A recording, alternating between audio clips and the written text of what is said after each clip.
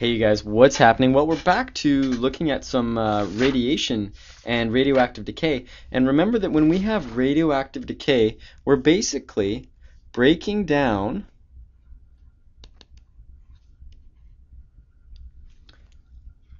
unstable nuclei. And we get alpha particles, we get beta particles, and we also get gamma particles. All right, and we looked at this last day. Alpha particles, when they're very big and they're equivalent of a helium atom, and so we can lose a helium atom, and basically this is 2 protons and 2 neutrons, and you could stop them with a piece of paper.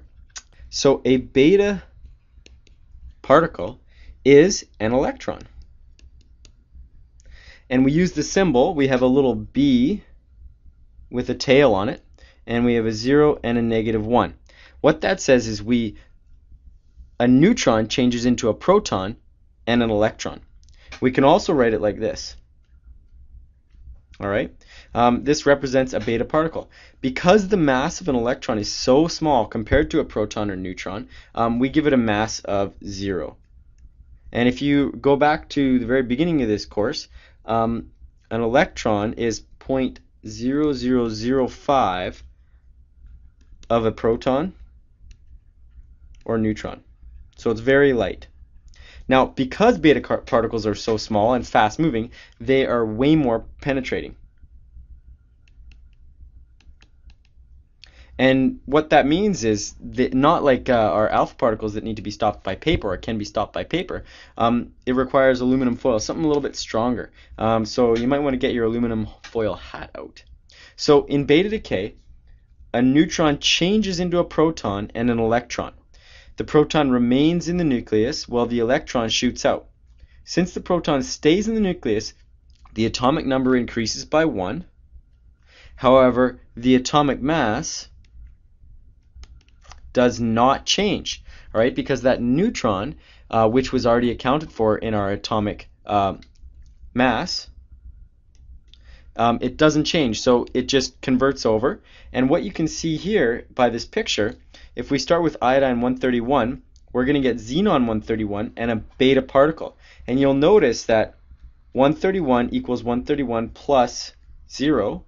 And if we look at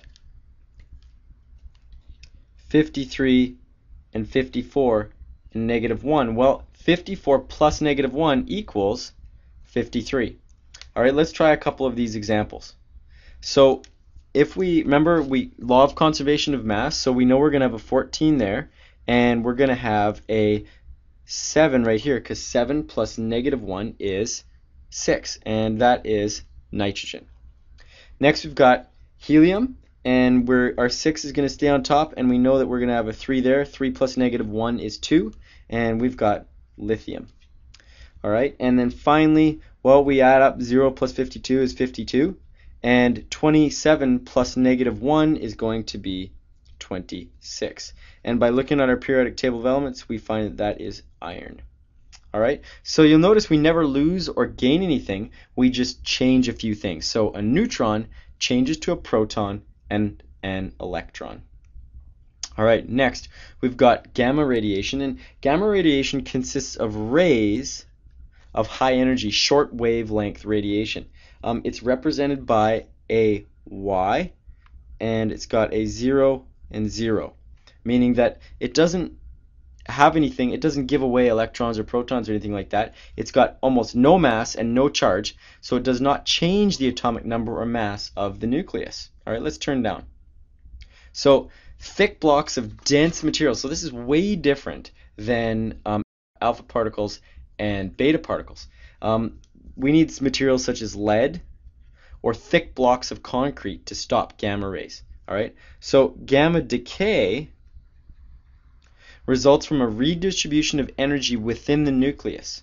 A gamma ray is given off as the isotope falls from a high energy state to a low energy state. Remember that an isotope is a different version of an element. All right, so for example, we've got nickel with a little star there means that the nucleus has extra energy, and meaning that extra energy is going to be given off. So notice how everything changes. All we get here is a gamma ray. And so what that is our nickel has reduced energy and given off a particle. So sometimes gamma ray release can happen at the same time as other forms of decay, such as alpha decay. Some isotopes are able to release alpha, beta, and gamma radiation all at the same time. All right.